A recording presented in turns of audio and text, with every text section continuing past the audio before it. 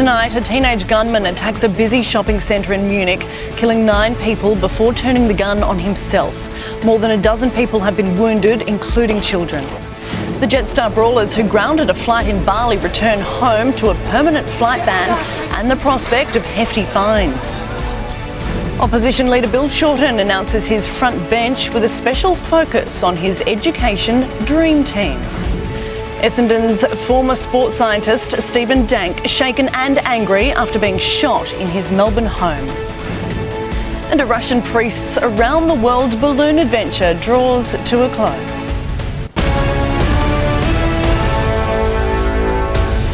This is 10 Eyewitness News, first at 5 with Kimberley Soekov. First tonight, German police say the gunman who murdered 9 people in cold blood was an 18-year-old German of Iranian descent who appears to have acted alone. His body was found about 1 kilometre from the shopping centre where the murders took place. Authorities say he committed suicide. The attack is the 3rd major act of violence against civilians in Europe in just over a week. The previous attacks in the French city of Nice and on a train in Bavaria were claimed by Islamic State. But so far there's been no claim of responsibility for today's attack. Here's Lisa Throden. Labor leader Bill Shorten has unveiled his new shadow ministry with a big shake-up of people in key positions. His deputy, Tanya Plibersek, takes over education, with her old job of foreign affairs going to the party's Senate leader, Penny Wong. Labor now boasts 19 women on its front bench, almost 3 times as many as the government. Paul Bongiorno joins us now from Canberra. And Paul, are there any big surprises in the lineup? Well, Kimberley, Bill Shorten has been much more bolder than many were expecting. In fact, there's hardly a senior job in shadow cabinet that hasn't been touched. This was triggered by Tanya Plibersek leaving Foreign Affairs and going to an expanded education portfolio. This signals that Labor is going to take it right up to the government in this area. The other surprise, Bill Shorten is also now the party's Indigenous Affairs spokesman. Behind it all is the belief that Labor has that we're going to an election sooner rather than later, within 2 years. Thanks so much, Paul Bongiorno. Russian adventurer Fedor Konyakov has today smashed a world record after circling the globe in a hot air balloon in just over 11 days. Excited locals in WA saw the 64-year-old cross over Perth earlier today in the last leg of his dangerous journey. Bo Pearson is in Northam. And Bo, how did he manage such a quick circumnavigation? Fyodor Konyakov has absolutely smashed the world record in 11 days, 2 days faster than the previous one set. And Kimberley, there's set to be some very big Russian celebrations here in Northam later tonight. Indeed, that's incredible. Thank you, Bo. Still to come, how the internet is sending Aussie kids the wrong message. A shocking attack on a paramedic who was just trying to do his job. Plus, Hillary Clinton picks her second in command in her battle against Donald Trump. And by George, he's 3. New pictures to celebrate a royal birthday.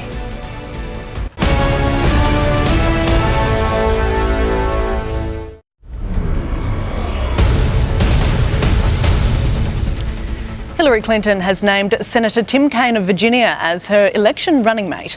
Kaine is an experienced politician with working-class roots and was even on the shortlist to become Obama's vice president when he won the White House. Hannah Maguire reports.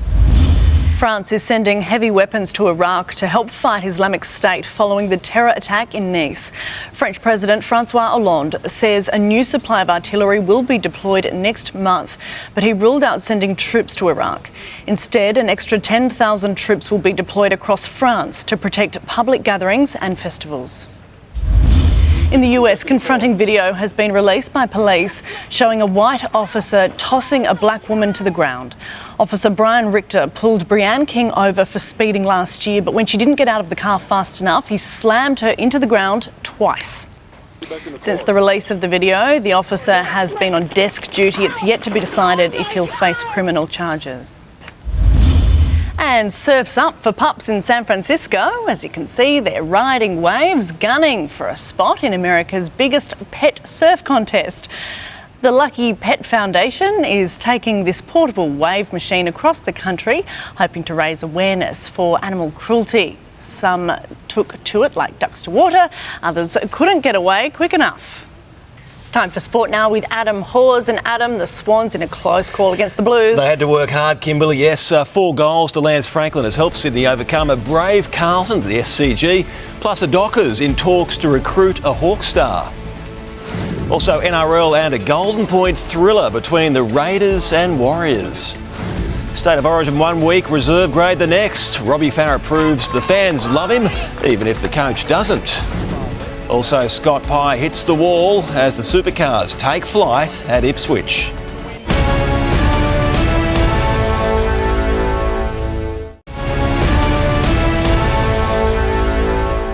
Well, it might be the NBA off-season, but there's no rest for Steph Curry. The Golden State Warriors champion was busy entertaining the fans at a celebrity golf tournament at beautiful Lake Tahoe in the US. But the two-time MVP is no one-trick pony, showing he's also pretty handy from the tee. With that sort of form, he's one hot curry. Play of the day. Great technique. Indeed, one hot curry. I like that. I didn't write that. Come on. I'm a little bit jealous about him. He's too good. Yeah, he is. I tell you, I was in San Francisco during the playoffs and they love him over there. Yeah, Huge. fan favourite. Absolutely. Thank you, Adam. Coming up next, the weather with Josh Holt.